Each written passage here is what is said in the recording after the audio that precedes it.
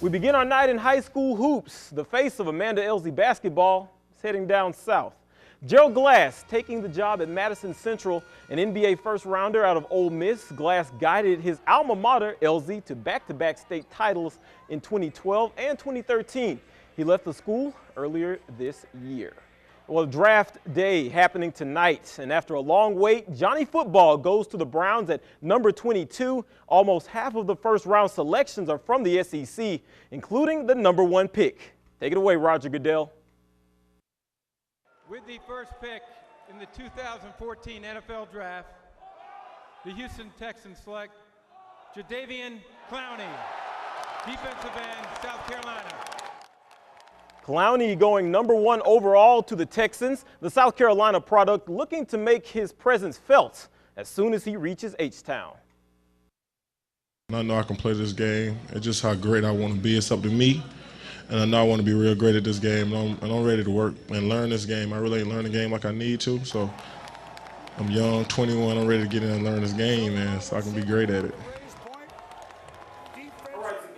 Notes, the Saints swap with the Cardinals, and they trade up to the number 20th pick, and they select wide receiver Brandon Cooks out of Oregon State. It's the first time in 5 years Alabama didn't have a player picked in the top 10. How about that, Mathis? And we're going to stay with the draft. UCF, Blake Bortles, the quarterback, taken 3rd overall by the Jaguars, and he's going to use some of those first-round riches to help put his little brother, who attends Ole Miss, through school. Kobe Bortles is a freshman on the Rebel baseball team. Doesn't have a full ride, though, so this definitely helps. And Bortles and other draftees getting to choose their own soundtrack. In a move copying Major League Baseball, players got to pick what song they want playing when they shake Commissioner Roger Goodell's hand. Shockingly, only 19%, we did the math, 19% of the players went with a Drake song, way less than I thought. Some notable selections, well, when Teddy Bridgewater does get drafted, you're going to hear R. Kelly's The World's Greatest, and HaHa Clinton Dix of the Packers, he went to the Packers as a free safety. He went with gospel, Marvin Sapp's Never Would Have Made It. I like that one. That's my favorite selection. On the baseball diamond now, it's Mississippi State with another opportunity to put a dent in a very tight SEC race. Coming off of a sweep against the University of Auburn, Diamond Dogs facing Tennessee this weekend. Pitching only gave up 1 run in the entire 3-day set. And for all those ups and downs, MSU is still in the thick of the chase for the SEC crown. You know, it's I guess a morale booster, whatever you want to call it.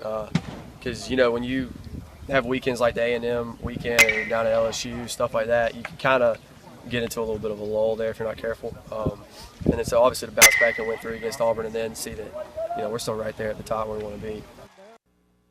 All right, first pitch against the Vols coming tomorrow night at 6:30. And this is just how tight the SEC West race is. Ole Miss, they're alone in first for now. Mississippi State right there, however, in second with a 14-10 conference record, with LSU and Alabama right there in the mix as well. By the way, the Rebels face Georgia this weekend. And here's a final for you tonight on the College Diamond, the SWAC softball tournament. The Devilettes beating top-seeded Jackson State on a walk-off RBI single. And tomorrow morning at 10, they'll play either Southern, Grambling, or JSU again for the right to advance to Saturday's championship game. A blast from the past of sorts now as Delta State prepares to face the University of Tampa in its first NCAA tournament since 2002. Lady Statesman's head coach, she was actually a part of that 02 team. A young roster this year, DSU took its lumps as they finished with a 30-29 record, one that kind of matches their roller coaster ride of a season. But when the South 2 Regional from Tampa kicks off, they won't be bringing a numerical record, just the lessons learned that got them to this point.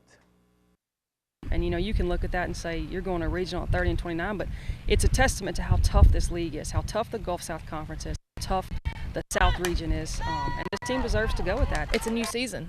You know, your season that you had during the year, like, that doesn't matter now. We're up against 1 game, and so your record is going to be leveled, and we're going to have solid D, and our hitting's going to be on, so can't wait to see how it goes. Statesman versus the University of Tampa, first pitch tomorrow afternoon at